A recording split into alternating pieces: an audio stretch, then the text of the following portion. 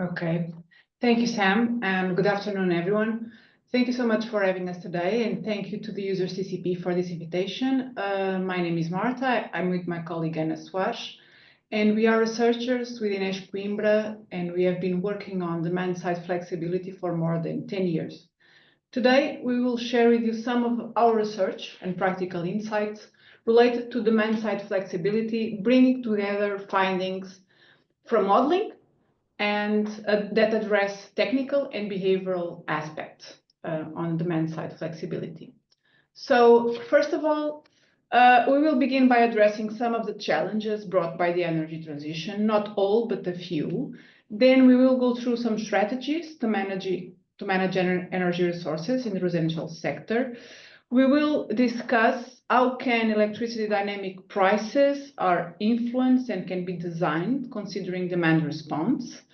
We will then present 3 case studies that we have been working on very recently, and then we will move to collective settings, such as energy communities, and discuss the differences in this kind of context. Finally, we will present some conclusions and policy recommendations. Over to you, Anna. Thank you, Marta, and good afternoon, everyone. I would like to begin by highlighting several challenges that are introduced by the energy transition, all of which underpin our work at INESC.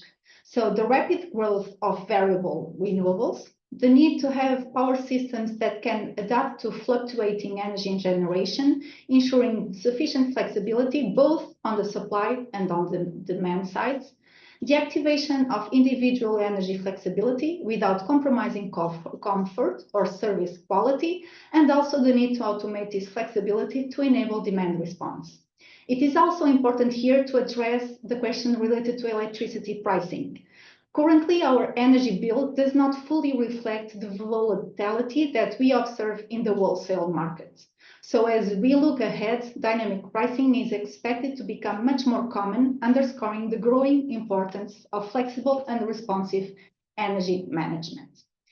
Concerning demand-side flexibility in the residential sector, it is important to highlight that what truly matters to the end users is not energy consumption per se, but actually the use of energy services. By analyzing energy demand, we can categorize loads into 4 different categories. We have non-controllable loads, we have shiftable loads, which are those loads that we can anticipate or delay the working cycle. We have thermostatically controlled loads, which we can change also the working cycle, so it can be anticipated in time, or we can change the standpoint temperatures. We also have storage systems that we control the way that we charge and discharge them. According to this categorization and aiming to manage multiple residential energy resources, including local generation based on photovoltaic systems, and considering the variable energy prices, an approach based on a customized evolutionary algorithm was developed. The objectives of this multi-objective optimization model were reducing the electricity bill and at the same time minimizing the end user's dissatisfaction, which is associated with the proposed management strategies that you can see on this slide. Results show that the proposed approach is actually a fast and reliable method for making decisions in an automated way, and also that savings can be achieved especially through demand response actions that are implemented over thermostatically controlled loads. Savings, however, are highly dependent on end users' preferences and also on their willingness to accept direct load control. The work presented on this slide is an extension of the previous research and considers variable power charges based on the peak power requested from the grid, instead of only using a fixed contract power level, which is pretty common in Portugal. Results have shown also that variable power charges offer advantages over a fixed contract power level, which results in lower power and energy costs. Variable power charges also provide users with greater flexibility in terms of managing their own energy resources while removing the risk of having the energy supply interrupting due to overcoming the contracted power level.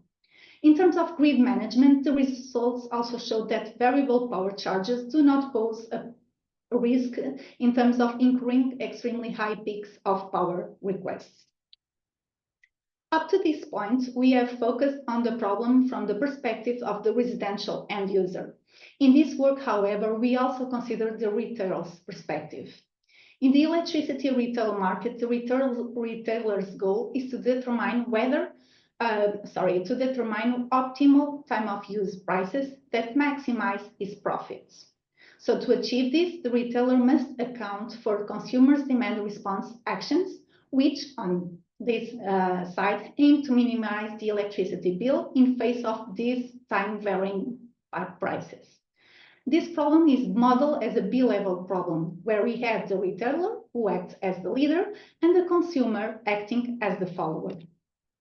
Two different algorithms were developed to address this problem, and the deterministic bounding algorithm provided the most effective solutions and proved to be a reliable tool for assisting retailers in making informed decisions. While simulations are valuable for testing concepts, we all know that real-world implementation is a completely different challenge. This slide presents a real case study conducted in several houses aiming to maximize instantaneous self-consumption of local PV production. A model-based reinforcement learning approach was used to optimize resources usage. Key results included a 14% increase in average in terms of self-consumption, 1.5 kilowatt hours per day shifted from solar production to nighttime. However, there is still significant potential to improve local production integration, and this can be done through the use of other flexible loads. This study shifts the focus from the individual level to the residential community level, aiming to activate flexibility to address grid bottlenecks and power surpluses. The study incorporates aggregators as intermediary entities. A dual decomposition approach was used to compute virtual prices, which were communicated to residential end users. Results showed that in most tests, grid congestions could be resolved through flexibility. The availability of flexibility depends on factors such as the power requested, the time of the day, and the duration. During peaks of very high local production, heat pumps alone are not sufficient, highlighting therefore the need for batteries. Additionally, it is important to note that there are practical limitations to flexibility. We are talking about, for example, about operational constraints, which include technical limits, communication problems, and lack of interoperability between different technologies. Also, flexibility actions must not disrupt the end user's lifestyle, ensuring that the energy service in use are completely fulfilled. And now back to Marta to present the last real case study. Thank you, Anna. So this is going a bit fast. Let me slow down a bit. Our last case study is about agriculture, which is so completely different than the residential context that we were presenting. We found out that agriculture as an activity sector has been understudied for demand-side flexibility. And so we put in place a decentralized microgrid with a decentralized PV production, storage, several manageable devices. And we have been working with farmers, performing measurements, energy audits, also simulations. And we have been also performing direct load control in a first stage in a manual control, but ultimately aiming to achieve an automated control to test flexibility. So far, our results show that farmers, and these are qualitative so far, that show that farmers are engaged in the energy transition. They are very much eager to implement these kind of technologies, and they want to save money with this kind of services. But they face technological, operational, regulatory, organizational, and even behavioral challenges for which specific policies are necessary. I present some of the challenges with more detail in this slide.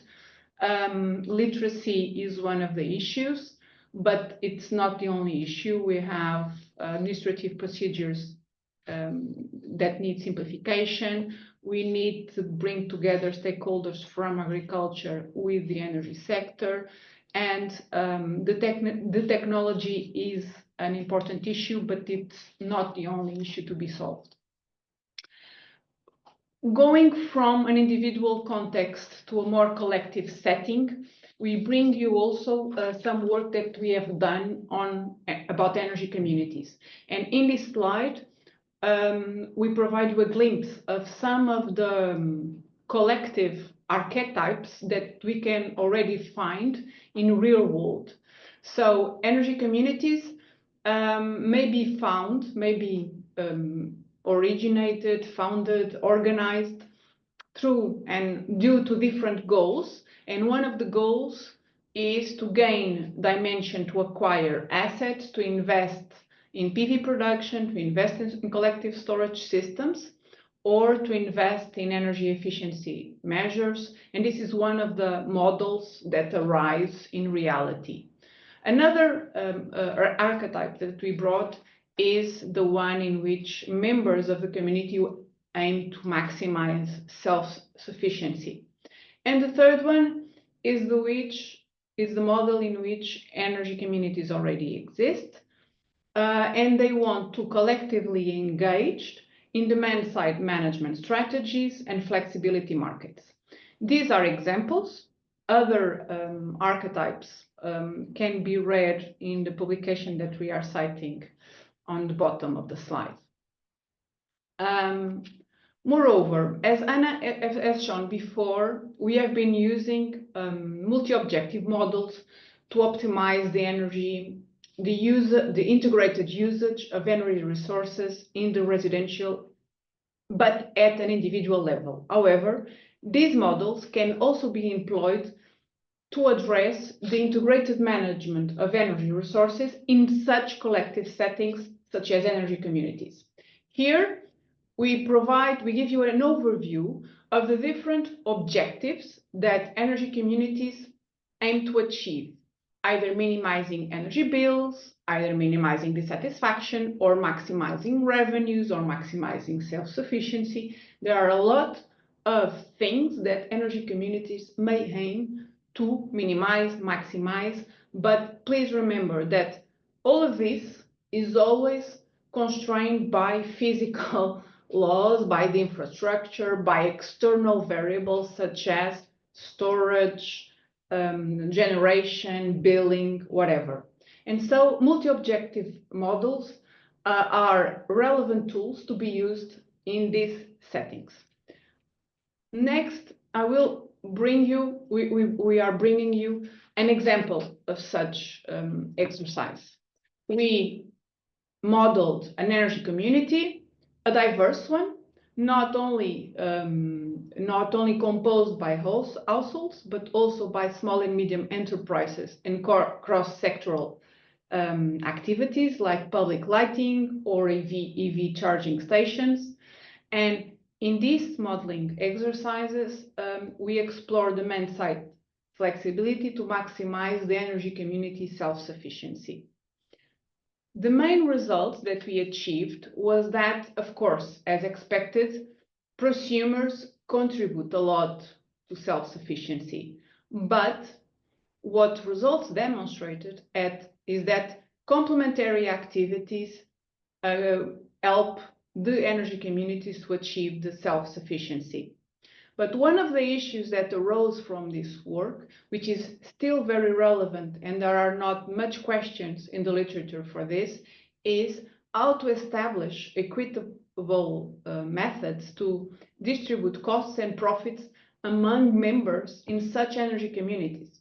Okay, because we have households, we have companies which have profit as a goal, and so to achieve this kind of balance is difficult. Another example that we developed with energy communities was to understand what may be the role of vulnerable consumers in this context. Energy poverty is a known problem everywhere. It's a policy priority in Europe and not only.